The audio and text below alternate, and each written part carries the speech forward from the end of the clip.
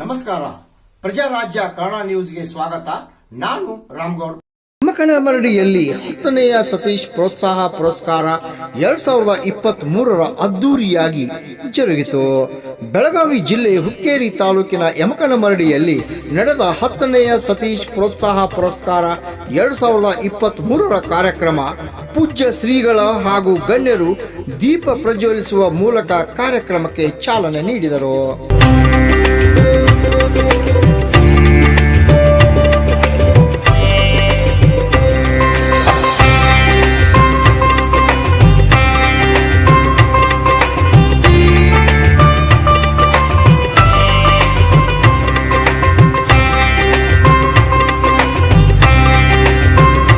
ಈ ಒಂದು ಕಾರ್ಯಕ್ರಮದಲ್ಲಿ ಜಿಲ್ಲೆಯ ಎಲ್ಲಾ ಶಾಲೆಯ ಗ್ರಾಮೀಣ ಭಾಗದ ವಿದ್ಯಾರ್ಥಿನಿಯರು ತಮ್ಮ ಪ್ರತಿಭೆ ಗುರುತಿಸಿಕೊಳ್ಳಲು ಈ ವೇದಿಕೆ ತುಂಬಾ ಸಹಕಾರಿಯಾಗಿದೆ.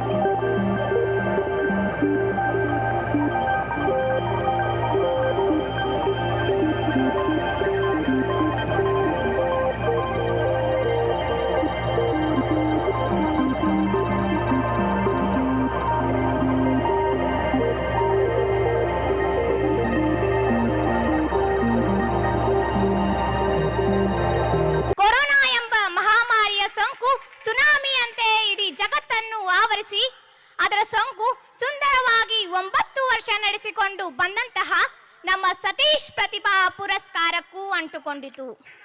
ಮತ್ತೆ ಹೂವಿನ ಪರಿಮಳದಂತೆ ಹೊರಹೊಮ್ಮುತ್ತಿರುವ ನಮ್ಮ ಈ ಕಾರ್ಯಕ್ರಮ ಬುದ್ಧ, ಬಸವ, ಅಂಬೇಡ್ಕರ್ ಅವರ ತತ್ವದ ಹಾದಿಯಲ್ಲಿ ನವ ಸಮಾಜದ ಶೈಕ್ಷಣಿಕ ಕ್ರಾಂತಿಕಾರಿ, ಮೂಢನಂಬಿಕೆಗಳನ್ನು ಬೇರು ಸಹಿತ ಕಿತ್ತೊಗೆಯಲು ಪಣತೊಟ್ಟ ಹರಿಕಾರ, ಸರಳ ಸ್ವಭಾವ, ಚಾಣಕ್ಷನ ಹಾಗೆ ತೀಕ್ಷ್ಣವಾದ ದೂರದೃಷ್ಟಿ, ಮುಗುಳುನಗೆಯ ಸಾಹುಕಾರ, ದಾನ ಧರ್ಮಕ್ಕೆ ಹೆಸರುವಾಸಿಯಾದಂತಹ ಕಲಿಯುಗದ ಕರ್ಣ ಅವರೇ ನಮ್ಮ ಸತೀಶ್ ಅಣ್ಣ ಜಾರಕಿಹೊಳಿ ಅವರು.